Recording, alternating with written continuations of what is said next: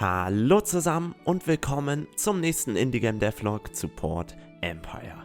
Es gibt natürlich wieder eine Menge Änderungen, die ich euch nicht vorenthalten möchte, und ich würde sagen, wir stürzen uns jetzt direkt in das Spiel. Ich zeige euch die neuesten Features und das großartige Medicus und Pest Update. Und das ist auch das erste Feature, worauf ich heute eingehen möchte, denn der Medicus ist ein neues Gebäude in Port Empire. Ihr könnt ihn sozusagen als Arzt sehen, denn eure Wohnhäuser oder Villager werden jetzt an Pest erkranken. Aktuell ist dieses System noch nicht ganz fertig und vollständig integriert, allerdings kann ich hier euch schon so einen kleinen Sneak Peek darauf geben. Und zwar hat der Medicus natürlich eine gewisse Range, in der sich die Wohnhäuser befinden müssen.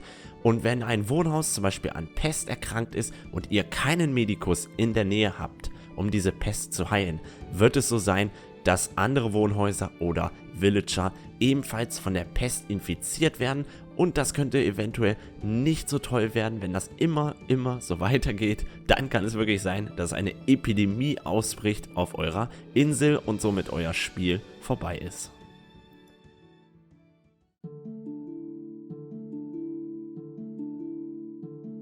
Ein weiteres neues Gebäude, welches es zurück in Port Empire geschafft hat, also zumindest in dieser neuen Version, ist der Steinbruch. Denn ihr habt jetzt wieder die Möglichkeit, Stein zu produzieren auf eurer Insel. Wir haben das Model dafür etwas überarbeitet, also das Gebäudemodell.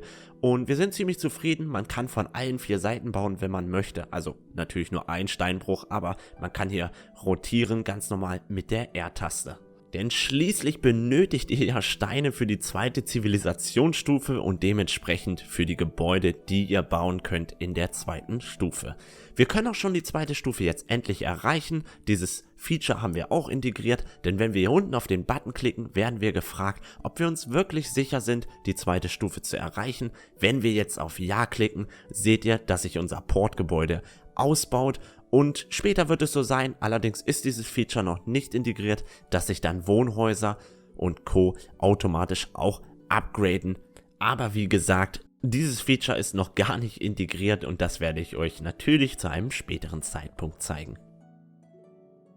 Aber bevor ihr überhaupt an dem Punkt seid, die zweite Stufe erreichen zu können, werdet ihr natürlich auf diesem Weg andere Gebäude freischalten. Das passiert zum Beispiel ab 8 Einwohnern oder ab 12 Einwohnern. Und für dieses kleine System, welches wir eingebaut hatten, haben wir euch nun einen Alert eingebaut in das Spiel. Das bedeutet, ihr kriegt direkt angezeigt, wenn ihr die Voraussetzungen erfüllt habt, um gewisse Gebäude freizuschalten.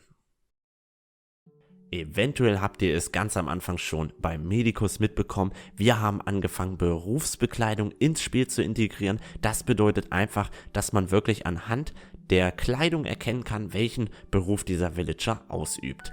Das haben wir auch bereits für den Farmer auf den Weizenfeldern eingebaut, denn der hat jetzt so einen wunderschönen Farmerhut.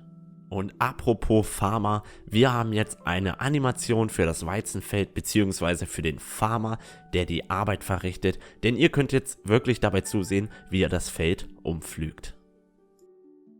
Und hier kann ich euch auch noch eine neue Produktionskette zeigen, die ihr ab der zweiten Zivilisationsstufe bauen könnt, denn wir können jetzt zum Beispiel hier die Windmühle wieder bauen.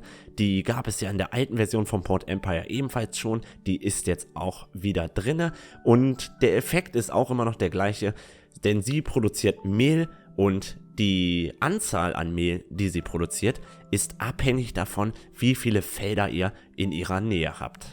Und diese Windmühle plus die Weizenfelder könnt ihr dann noch mit einem weiteren neuen Gebäude ergänzen, und zwar ist das die Bäckerei. Und die verwendet zum Beispiel ein Mehl, um 2 Essen zu produzieren und ist dementsprechend viel besser und schneller als die Jägerhütte oder die Fischerhütte.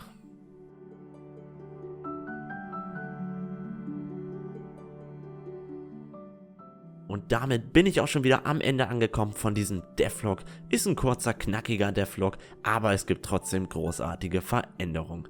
In diesem Sinne würde ich mich natürlich wieder mega über eure Kommentare freuen. Die letzten 2 Videos waren unglaublich, was ihr an Kommentaren geschrieben habt. Ihr habt ja ordentlich in die Tasten gehauen.